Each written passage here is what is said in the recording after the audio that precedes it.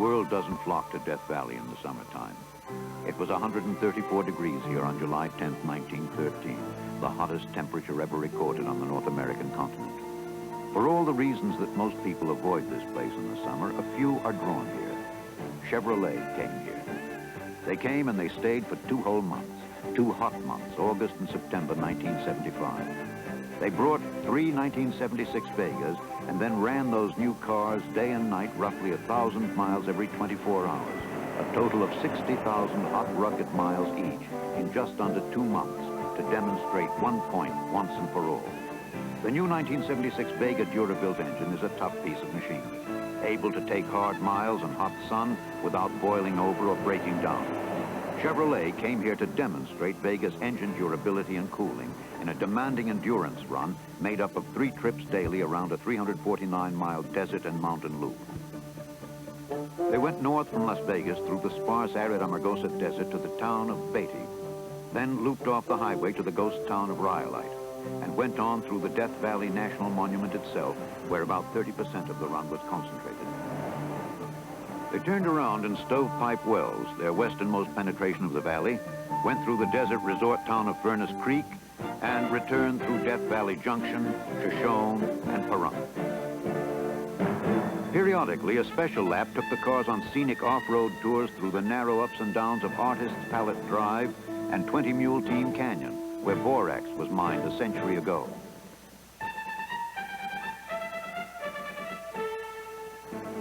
Each lap began and ended here, a truck stop just south of Las Vegas on Route 15. This was home base, and the Vegas rolled in 3 times daily for gas, inspection, maintenance, and a fresh set of drivers.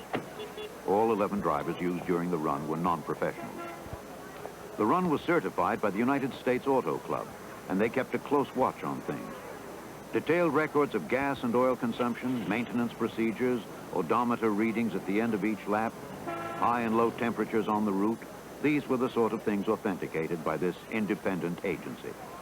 The cars were 1976 Vega hatchback coupes with 140 2-barrel engines, 3-speed manual transmissions, and air conditioning. Nothing fancy, except perhaps for the installation of Citizens Band radios for inter-car communication. The Vegas were built in Lordstown, Ohio, and then driven the 2,300 miles to Las Vegas on a final shakedown prior to the start of the run, which was at 8 a.m. Friday, August 1st, 1975. It takes the average motorist about 5 years to put 60,000 miles on a car. Here it happened in just 58 driving days. That's a total of 180,000 plus miles. But the events leading up to this unique accomplishment took several very determined years on the part of Chevrolet engineering. They made a series of important improvements, resulting in the new, for 1976, Chevy Vega Durabuilt engine, an engine all but immune to overheating. First came the coolant recovery system, a large plastic bottle designed to catch overflow and send it back into the system where it belongs to help maintain proper cooling. A new kind of radiator cap designed to reduce pressure throughout the cooling system. A new, more durable head gasket made of stainless steel was installed. The thermostat was redesigned. A protective shield for the water pump was added. And the engineers found a new way to slot the cylinder block to aid internal bore cooling. Special sealers were applied to all threaded engine fittings and the radiator petcock to prevent leakage. But should the unexpected happen, there is even an early warning system that tells you when the coolant level is as little as a pint low. That's far from the danger point and should allow plenty of time to add coolant. Chevrolet believes the combination of these refinements gives the 1976 Vega a very efficient cooling system. They came to Death Valley to find out if they were right. The facts are that in 180,000 total miles accumulated by the 3 Vegas during the Death Valley engine durability run, only approximately 24 ounces of coolant had to be replaced in one of the cars. 24 ounces of coolant replenished in 180,000 miles. That's roughly equivalent to 3 glasses of water.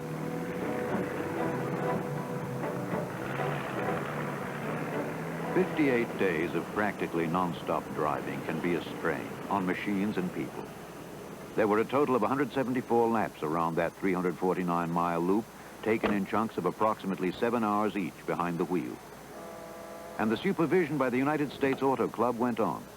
The sealing and resealing of radiators and fuel and oil fillers, all maintenance, which was performed as recommended for comparable dust conditions, was certified by USEC.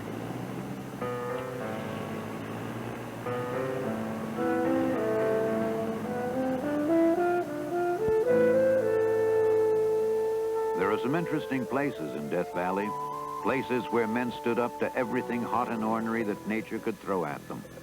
Badwater, Desolation Canyon, Hell's Gate, Coffin Peak.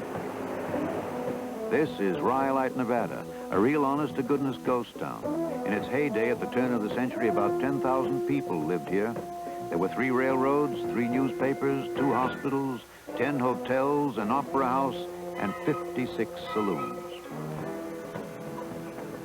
The run was officially completed on September 30th, 1975, and all results were certified by the United States Auto Club. In those 180,000 plus total miles on the 376 Vegas, the only engine part replaced other than maintenance items like spark plugs and oil filters was one timing belt. One timing belt in one car in 180,000 total miles.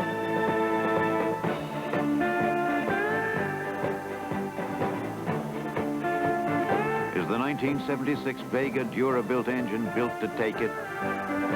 Don't just take our word for it. Ask Death Valley.